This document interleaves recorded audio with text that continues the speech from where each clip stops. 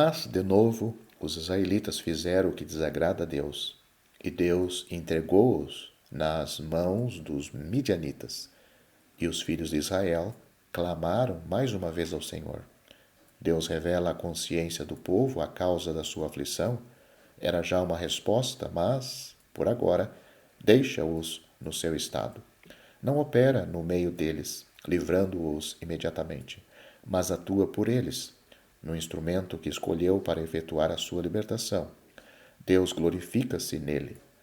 Mas esta ação, concentrada em Gideão, mostra no povo um estado mais baixo do que aquele em que se encontrava antes. Todavia, nessas humilhantes circunstâncias, Deus escolhe os meios que manifestam a sua glória de todas as maneiras. Lá onde Deus atua, ali está a força, mas também a fé que age, segundo essa força, na esfera que lhe é própria. Examinaremos um pouco a história de Gideão e os sinais da obra do Espírito Santo nesta libertação, assim como na fé daquele que Deus suscitou. É evidente que muitos pensamentos e sérias reflexões se apresentaram a Gideão antes de o anjo lhe ter falado, mas a visita do anjo foi a ocasião que lhe fez formular e exprimir os pensamentos de que o seu coração estava ocupado. Gideão sofria com os outros a opressão dos inimigos de Deus, mas isto levou-o a pensar em Deus em lugar de tomar o partido de sofrer o mal como sendo uma escravatura necessária. O anjo diz-lhe: "O Senhor é contigo, varão valoroso."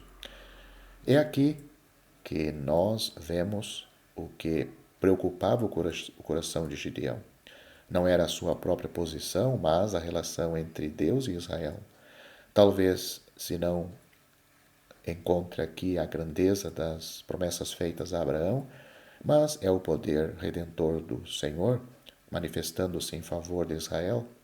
É um povo como a casa de Moisés, a quem o Senhor diz: "O teu povo", e que responde sempre ao Senhor: "O teu povo." Ou seja, quando Deus diz a Moisés que aquele povo era o teu povo, mas Moisés sempre respondia que aquele povo era o povo do Senhor, era o teu povo. Confira isto em Êxodo, capítulo 32, versículos 7 a 13. De igual modo, Gideão não pode separar-se de Israel, o povo de Deus. É dito: "O Senhor é contigo", assim diz o anjo. "Se o Senhor é conosco", respondeu Gideão, "por que nos sobreveio tudo isso? E que é feito de todas as suas maravilhas que os nossos pais nos contaram, dizendo: não nos fez o Senhor subir do Egito? Porém agora o Senhor nos desamparou e nos deu na mão dos midianitas." Era, com efeito, a fé que fazia brotar todos esses raciocínios, esses exercícios do coração. O Senhor tinha feito todas essas maravilhas, tinha feito subir o povo da terra do Egito. Se o Senhor era com Israel, se tal era a relação do Senhor com seu povo, como podia o povo estar naquele triste estado? Oh, como tão bem se pode aplicar à igreja um tal raciocínio? Gideão reconhece também que foi o Senhor que entregou o povo nas mãos dos midianitas. Como o pensamento de Deus eleva a alma acima das misérias onde nos encontramos, pensando nele, em Deus, reconhecemos nessas mesmas misérias a mão e o caráter de quem as enviou.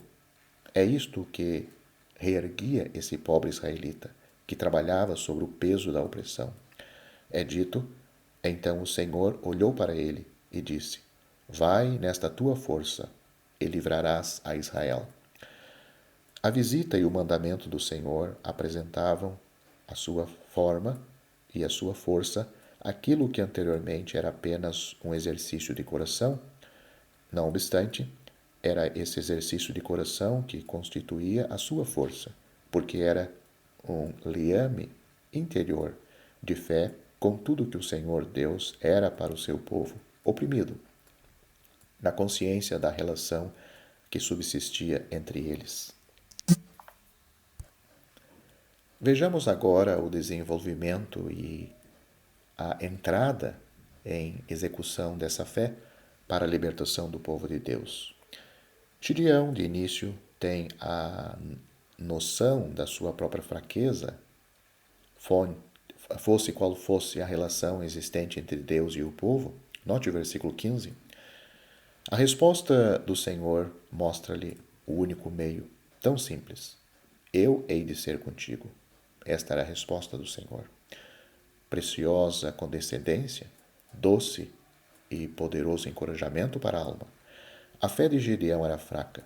O estado do povo tendia, pela sua dureza, a apagar a recordação das maravilhas operadas pelo Senhor a quando da saída do Egito e a enfraquecer a consciência da sua presença. Agora o anjo do Senhor digna-se deter-se ao pé dele para o fortificar na sua fé. Gideão, que se lhe dirigido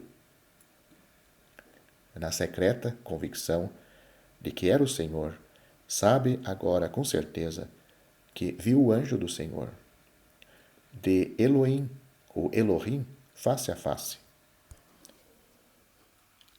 Era uma revelação positiva, própria para o aniquilar em si mesmo, o que, aliás, teve lugar, mas também para o fortalecer de maneira poderosa na sua marcha no meio dos outros, que não tinham conhecido da mesma forma o Senhor Deus.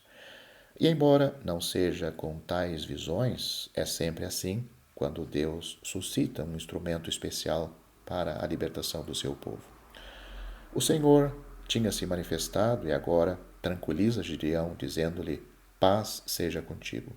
Não temas, não morrerás. O homem aniquilado pela presença de Deus goza da sua força. Se essa presença for em bênção, é o que Gideão apreende e reconhece por si mesmo. O Senhor está contigo em paz e bênção. A palavra shalom, paz seja contigo, é a mesma que a do altar, o Deus de paz. Quando Deus atua poderosamente no coração, o primeiro efeito mostra-se sempre nas relações com Ele. Gideão está preocupado por causa do Senhor. Estava já antes desta manifestação. Mas, estando cheio de Deus, é pela adoração que exprime os sentimentos do seu coração quando recebe de Deus a resposta a tudo o que ali se passava. É instrutivo notar aqui a diferença entre os exercícios do coração que resultam da fé e a resposta de Deus às necessidades e às dificuldades que produzem esses exercícios. No versículo 13, temos a sua expressão numa alma sob o peso da mesma opressão que sentiam os seus irmãos, mas que a sente mais vivamente, porque a sua fé no Senhor era bem real. Aqui temos a resposta que produz a paz e, com a paz, a adoração. E o mesmo se dá quando, após ter sofrido a morte, Jesus, ressuscitado, se revela aos seus discípulos com as mesmas palavras de que Deus se serve aqui e lança as bases da igreja reunida para o culto. Em Lucas capítulo 7 encontramos as mesmas experiências na mulher de má vida. Ela cria na pessoa de Jesus, pela sua graça, pela graça de Jesus, ele era tudo para ela. Mas ela não sabia ainda que, embora sendo como era, estava perdoada e salva e podia ir-se embora em paz. Esta certeza foi a resposta dada à sua fé. Ora, esta resposta é o que anuncia o Evangelho a todo crente. O Espírito Santo anuncia Jesus. Isto produz a convicção de pecado, o conhecimento de Deus em Cristo e o conhecimento de si mesmo aterroriza, porque o pecado está ali e nós somos carnais vivendo vendidos ao pecado, mas produz combates, talvez mesmo angústias. Muitas vezes a alma debate-se com o pecado e não pode vencer. Fica no ponto em que estava. A maior parte das pregações de que ela espera a luz não vão mais longe. Mas o Evangelho anuncia os recursos do próprio Deus para sair deste estado. Paz seja contigo.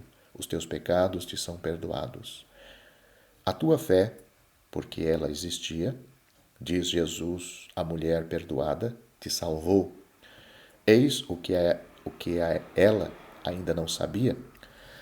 Veja também Atos capítulo 2, versículos 37 e 38. Gideão edifica um altar ao Senhor, ao Deus de paz.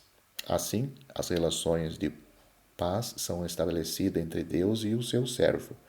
Mas tudo isto se passa entre Gideão e o Senhor, vem em seguida o seu serviço público, que também se realiza restabelecendo, em primeiro lugar, no seio da sua família e da sua cidade, as relações entre Deus e o seu povo. É preciso que Baal seja tirado de Israel antes de Deus expulsar os midianitas. Na verdade, por que o faria Deus, uma vez que essa bênção podia ser atribuída a Baal? É, pois, ordenada a Gideão que preste um testemunho convincente que chame a atenção de todo o povo para a necessidade de rejeitar Baal, a fim de que Deus possa intervir. A fidelidade interior precede a força exterior. Serem o mal deve ser tirado de Israel antes de os inimigos serem expulsos. Primeiro a obediência, depois a força. Eis a ordem de Deus. Quando o poder de Satanás em superstição, manifestado exteriormente, seja de que maneira for, é desprezado, esse poder é destruído, supondo sempre que Deus está com aquele que o despreza e que este está no caminho da obediência. Quando Gideão derruba Baal, e em resposta à ira do povo que a superstição encheu de terror, aquele mesmo, a quem o altar pertencia, lhe diz: se ele é Deus, que se defenda a si próprio. O poder de Deus atua nos espíritos, porque havia fé. Mas a oposição do inimigo não cessou por causa disso. Nada de mais desprezível do que um Deus desprezado. Se Satanás não pode ser Deus entre os homens, também não está a cabo dos seus recursos. Ele levantará os homens em hostilidade aberta contra aqueles que derrubam os seus altares. Mas quando atuamos da parte de Deus, essa guerra do inimigo não terá outro efeito senão trazê-lo à presença do poder de Deus e dar-nos a vitória, a libertação e a paz. Os midianitas sobem contra Israel. Tudo está preparado para que o Senhor intervenha. O Espírito de Deus reveste a Gideão. Temos uma nova fase nesta história. Não é somente a fidelidade, é o poder. Gideão toca a buzina e aqueles que ainda há pouco tinham querido matá-lo vão agora seguindo-o. Gideão envia mensageiros a toda a sua tribo, e os de Zebulon, de Azer e de Naphtali vêm também. O poder do Espírito Santo que conduz os espíritos dos homens está com a fé que reconhece Deus, que o reconhece na sua relação com seu povo e rejeita fielmente o mal, incompatível com essa relação. Deus dá ainda uma prova da sua grande condescendência, concede um sinal para fortalecer a fé fraca, mas real e sincera de Gideão, que sente, quando repete o seu pedido, no versículo 39, que Deus poderia bem castigá-lo pela sua falta de fé. No entanto, o Senhor concede-lhe o que ele lhe pede.